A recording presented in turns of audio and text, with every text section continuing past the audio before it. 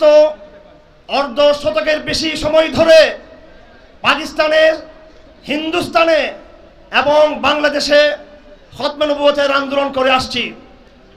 পৃথিবীর বিভিন্ন দেশে, এবং সেই দেশগুলো অবশ্যই মুসলিম দেশ, সেই দেশগুলো বিভিন্ন সরকারকে বিভিন্ন আমলে, পাকিস্তান আমলে, শেখ মুজিবের আমলে, জিয়াউর রহমান আমলে, খালেদা হাসিনার আমলে এবং দফায় দফায় তত্ত্বাবধায়ক সরকার আমলে আমরা দাবি দিয়ে আসছিলাম কাদিয়ানীদেরকে মুসলিম ঘোষণা করতে হবে। আমি আজ ভিন্ন একটা কথা বলার জন্য এখানে এসেছি। সেই কথা হলো, আমরা আমাদের দাবি অবশ্যই দিয়ে যাব, কিন্তু এই মার্কিন মদতপুষ্ট, ভারতীয় মদতপুষ্ট রেজিম যারা বারবার ক্ষমতা আসছে, আমার মনে হয় না তারা আমাদের দাবির সাথে একত্র পোষণ করে তারা কাদিয়ানীদেরকে নিষিদ্ধ করবে। সেজন্য তাই বলে আমরা মাঠ ছেড়ে দিব? আমার ভাইয়েরা, দায়িত্বহীন ভাষায় বলতে চাই, বিগত 17 বছর ধরে এই ফ্যাসিজমের বিরুদ্ধে লড়াই করেছি। ছাত্ররা লড়াই করেছে কয়েক মাস, আমরা 17 বছর লড়াই করেছি, রক্ত দিয়েছি, আমরা বারবার কারাগারে গিয়েছি। আমরা আমাদের সে লড়াই অব্যাহত থাকবে। আমি এটা বলতে চাই, আল্লাহ পাক বাংলার মাটিতে লেডি ফেরাউনকে লাঞ্ছিত করেছে, তাকে দেশ থেকে বিতাড়িত করেছে। এর মাধ্যমে আমরা আমাদের বিপ্লবের একটা পর্বে আমরা সফল হয়েছি। আগামী দিনে বাংলার মাটি সহ হিন্দুস্তানের মাটিকে পৌত্তলিকতা, তাগুত মুক্ত করার চূড়ান্ত সংগ্রাম আমরা জিহাদে লিপ্ত হয়ে এই মাটিতে আল্লাহর জমিনে আল্লাহর শরীয়ত কায়েম করে আমরাই কাদিয়ানীদেরকে নিষিদ্ধ করব ইনশাআল্লাহ আজিজ। এটা সুদূর প্রসারী একটা লড়াই। সুদূর প্রসারী এই লড়াইয়ের জন্য আপনাদের সকলকে তৈরি থাকতে হবে। আমরা রাজনৈতিক দাবি দিতেই পারি, অবশ্যই রাজনৈতিক প্রেশার তাদের উপর আমরা দিব, তাদেরকে আমি বাধ্য করব আমাদের দাবিগুলো শোনার জন্য। কিন্তু সাথে সাথে বাংলাদেশে সর্বাত্মক একটি ইসলামী সমাজ বিপ্লব, সর্বাত্মক একটি রাজনৈতিক বিপ্লব আগামী দিনে কেন্দ্র হতে পারে। সময় লাগুক, 10 বছর লাগুক, 20 বছর লাগুক, অধ্যবসায় চালিয়ে যেতে হবে। আল্লামা মতিপুরে হাফিজুল্লাহ চলে যাবেন, তিনি তার উত্তরসূরি এক করে যাবেন। এইভাবে আমাদের সংগ্রাম চলবে। এবং রাসূলুল্লাহর ওয়াদা রয়েছে এই মাটি সম্পর্কে, আল্লাহর ওয়াদা রয়েছে কোরআন কারীমে। ইসলাম পৃথিবীর বুকে পরাজিত হওয়ার জন্য আসে নাই, ইসলাম বিজয় হওয়ার জন্য এসেছে। আমি আমার পলিটিক্যাল গবেষণা থেকে বলতে চাই, আগামী 50 বছর সময় দিলাম আমি, 50 বছর।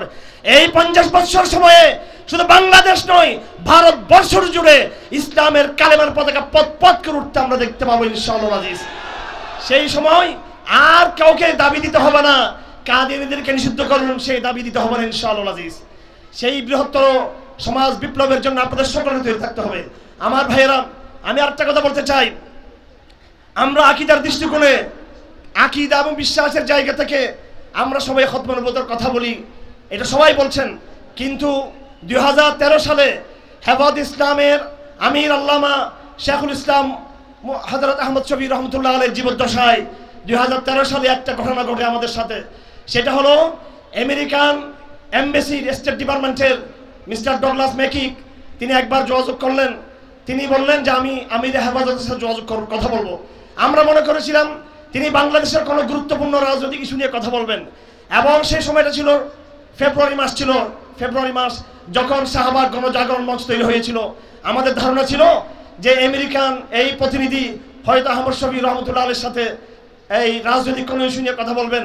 আমাদেরকে 24 ঘন্টা আগে জানানো হলো যে না, তিনি কাদিয়ানীদের ইস্যু নিয়ে তিনি কথা বলতে চান। অতঃপর চট্টগ্রাম একটি হোটেলে আহমদ শফী রহমতুল্লাহ প্রতিনিধি স্বরূপ আমরা কয়েকজন ব্যক্তি সেখানে ছিলাম, সাংবাদিকরা ছিল। দীর্ঘ প্রায় 3 ঘন্টা পর্যন্ত আমাদের সাথে মার্কিন প্রতিনিধির কথা হয়েছে। তিনি বারবার বোঝাতে চাচ্ছেন কাদিয়ানীদেরকে বাংলাদেশে নিষিদ্ধ করা চলবে না। সেজন্য আমি আপনাদেরকে একটু সাবধান থাকতে বলবো। আমাদের লড়াই অনেক সুদূর প্রসারী, এবং গতকালকে যে ঘটনা ঘটেছে এই কথাগুলো বলা অনেক জরুরি। গতকালকে আমাদের বাংলাদেশের রক্তের বিনিময়ে যাদেরকে আমরা উপদেষ্টা বানিয়েছি, এদেরকে ভয় পাওয়ার কোনো দরকার নাই। তাদেরকে, এরা রক্তের বিনিময়ে উপদেষ্টা হয়েছে। প্রত্যেকটা উপদেষ্টার পিছনে আমাদের রক্ত এবং ঘাম রয়েছে। আমাদের শত শত ছেলেরা, হাজার হাজার ছেলে পুঙ্গু হয়েছে, যেখানে শত শত মাদ্রাসার ছাত্র রয়েছে। সেই মুর্শেদ, শারমিন মুর্শেদ নাম ধরে বলতে চাই, উপদেষ্টার নাম ধরে, তিনি সিলেবাস প্রণয়নের কাজ চলতেছে, প্রায় শেষ পর্যায়ে সম্ভবত। আমি দাবি করবো এখনো সময় আছে, সরকারের উচিত এইবার যদি না হয় অন্তত 25 সাল শিক্ষাবর্ষে অবশ্যই প্রাইমারি থেকে শুরু করে অনার্স মাস্টার পর্যন্ত বাধ্যতামূলক সিরাত রাসূলের আলোচনাকে আমাদের জাতীয় সিলেবাসে অন্তর্ভুক্ত করতে হবে। আমার ভাইয়েরা, আমার 4 নম্বর কথা হলো, আমরা এখানে শহীদ আলিমুদ্দিনের স্মৃতিচারণ করেছি। খতমে নবুয়তের জন্য যারা জান দিয়েছে, সেই সাহাবায়ে কেরামদের সংগ্রাম থেকে এই পর্যন্ত যারা প্রাণ দিয়েছেন, তাদের সংগ্রামের কথা আমরা স্মরণ করেছি। আমার ভাইয়েরা, আমি কারাগারে ছিলাম, হেফাজত ইসলামী নেতৃবৃন্দ ছিলেন, সেখানে কিছু আশিকে রাসূল রয়েছে। 2013 সালে যখন আমার নবীর বিরুদ্ধে কটূক্তি করা হচ্ছিল, আমার নবীর উলঙ্গ ছবি ছাপানো হচ্ছিল, আম্মা আয়েশার উলঙ্গ ছবি যখন বিভিন্ন ব্লগাররা, শাহবাগী ব্লগাররা যখন তারা প্রকাশ করছিল, সেই সময় হেফাজত ইসলামের গর্জন আমরা সকলে জানি, শাপলা চত্বরে গণজামায়াত করেছিলাম। আমার ভাইয়েরা, ওই সময় আল্লাহর কিছু প্রেমিক, কিছু নবী প্রেমিক, তারা তাদের দায়িত্ব আদায় করেছে। সেই দায়িত্ব আদায় করার কারণে তারা ফাঁসির দণ্ড তাদের গর্দানে নিয়েছে। তারা এখনো বন্দী অবস্থায় আছে। আজকের এই হাজার জনতার সমাবেশ থেকে আল্লামা মধুপুরী হাফিজাহুল্লাহর নেতৃত্বে আমি আমার আখিরে দাবি দিতে চাই, অনতি বিলম্বে আমাদের ওই সমস্ত ইসলামপন্থী নবী প্রেমিক ভাইদেরকে মুক্ত করতে হবে কারাগার থেকে। এটা আজ আমাদের অন্যতম দাবিতে পরিণত হওয়া উচিত। আমার ভাইয়েরা, আমি আপনাদেরকে সর্বশেষ আহ্বান করব, শুধু একটি সমাবেশে আমরা সীমাবদ্ধ না থেকে, শুধু আনুষ্ঠানিকতা সীমাবদ্ধ না থেকে, আমাদের কাজকে সংঘবদ্ধ করার জন্য আমিরের কোনো বিকল্প নাই। আল্লামা মহিবুল্লাহ বামনগরী, তিনি আমাদের বাংলাদেশের আমির রয়েছেন। তারপরেই বাংলাদেশে বিশেষ করে খতমে নবুয়তের সকল সংগঠনগুলো ঐক্যবদ্ধ একটি প্ল্যাটফর্মে আসার চেষ্টা করছে।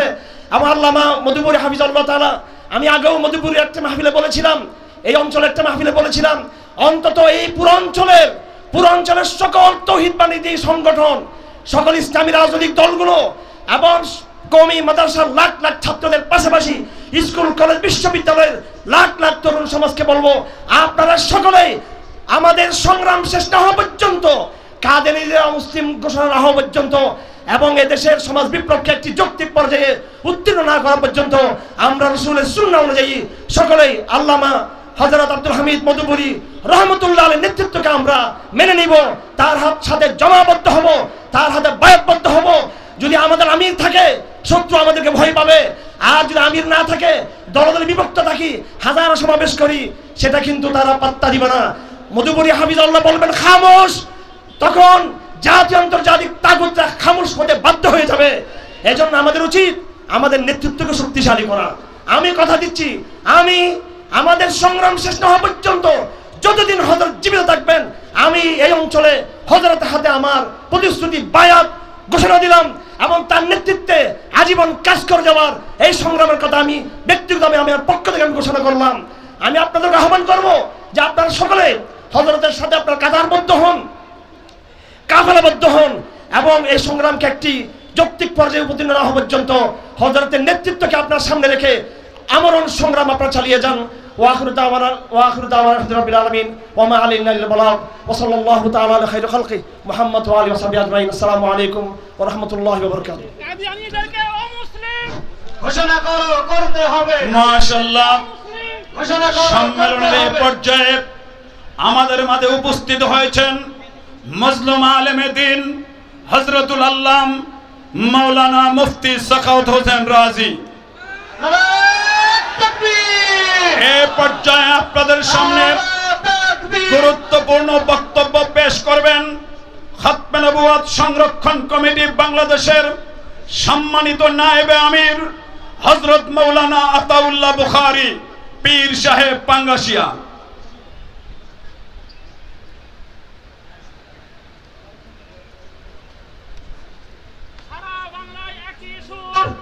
সারা বাংলায় একই সুর, পীর সাহেব মধুপুর, সারা বাংলায় একই সুর, পীর সাহেব মধুপুর। আসসালামু আলাইকুম ওয়া রাহমাতুল্লাহি ওয়া বারাকাতুহু।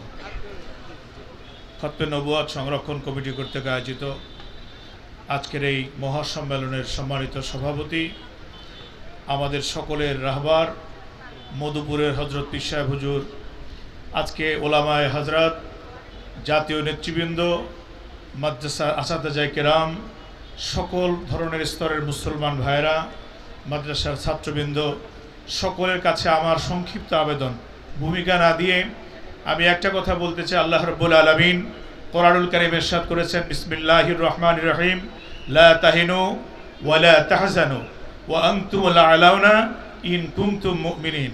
তোমাদের ভয়ের কোনো কারণ নাই, চিন্তারও কোনো কারণ নাই যদি তোমরা খাঁটি ইমানদার হতে পারো। ইমান টিকাতে হলে খতমে নবুয়তের এই আন্দোলনে সকলকে শামিল হতে হবে। কথা ঠিক না বেঠিক?